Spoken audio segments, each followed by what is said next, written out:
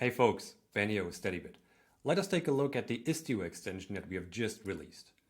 With the extension, you can introduce faults in between the communication of services or at the beginning of the network.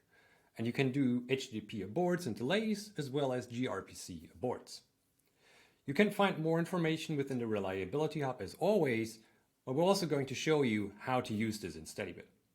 To start off, we have deployed the Istio sample app, and we're taking a look at this here in the Kiali dashboard.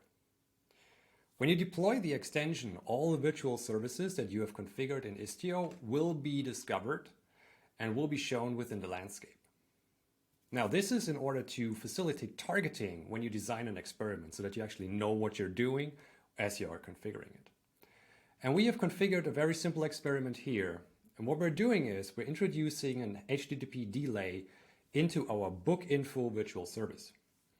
For 30 seconds, we're adding a 2-second delay to 100% of the requests. And while doing so, we verify the latency. So we make calls and check and basically see what the latency is.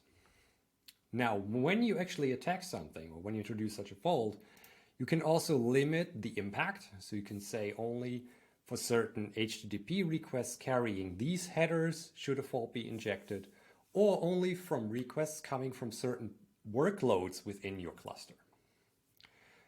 When you execute this, the delay will be injected at the point that you've selected. And as you can see here, previously it was super fast and then it got slow as the simulated delay kicked in.